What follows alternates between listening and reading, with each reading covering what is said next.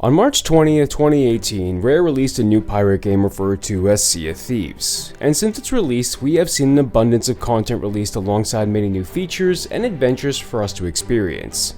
With the years passing and the game moving to new launchers, we have seen the player base growth exponentially.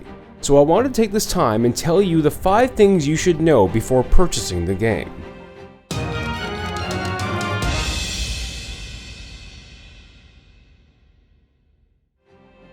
Number 5. PvP is mandatory. Sea of Thieves is an open world sandbox game. Now what does that mean? Well, there is an entire map for you to explore, visit islands, take on world events, get as much loot on your boat as you can. However, with an open world concept, there is the potential for PvP. There is no safe mode or just PvE servers. The concept for this game was to make every ship you see the potential to be another player. PvP will happen. Sometimes you will experience good people, sometimes you may not. But understand that the fear of player to player is there. It may seem daunting at first, but with time and knowledge, each encounter will become easier. Number 4. Rely on tactics, not items. A lot of people believe this game would have more items to buff a character or add an ability to weapons. That is not the case. This game comes with various weapons which allows you to try new combinations. The biggest thing you are working toward is the cosmetics in the game, because one thing we all love is being fashionable pirates and showcasing our ships. So being a new player, you have the same style of weapons that do the same amount of damage just as the veteran players. The biggest thing you need to understand is tactics, and how and when to use them.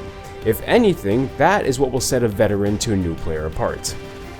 Number 3. Content galore. Since the release of the game in 2018, the developers have been pushing continuous content for the game. When it first came out, you were limited to just forts being the most lucrative world event, but now there is a ton of content. In the way to multiple world events, multiple styles of missions to new lore-specific tall tales. Now some events such as the Hungering Deep you can no longer do. However, that shouldn't push you away from the game, as every company and content-specific patch have their own accommodations to work towards. So if you're a perfectionist, this is more like candy to your ears. Or eyes. Number 2. Xbox Live Trial. The price tag can push some people away. However, there is a way for you to try the game without digging too deep into your pockets. Even though Sea of Thieves is on Steam, you still need an active Microsoft account to play. Therefore, if you purchase the Xbox Live subscription, the game will come with it for the PC or the Xbox depending on which one you purchase. But make note, the game will not play on Steam with this. This is only effective on the Microsoft Store. However, if you find an Xbox Live deal where 3 months is only $1 to new users, you have the ability to play this game for those 3 months and see how you like it. And trust me, they run those frequently. And once you try it, and if you decide to purchase it on Steam, you can still use the same Microsoft account and play with the same pirate, not losing any progress.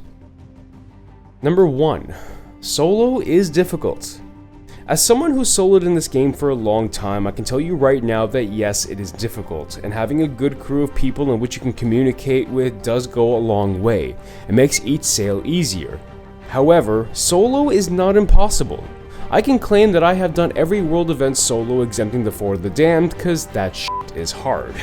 Being able to solo in this game has its difficulties, but it also has its advantages. You learn the game quicker, you position yourself to be a jack of all trades, and teach yourself to keep a keen eye on the horizon. Even though many do not like the concept of being solo, many also don't like joining into an open crew with people who they don't know. So my one tip is try solo and start slowly.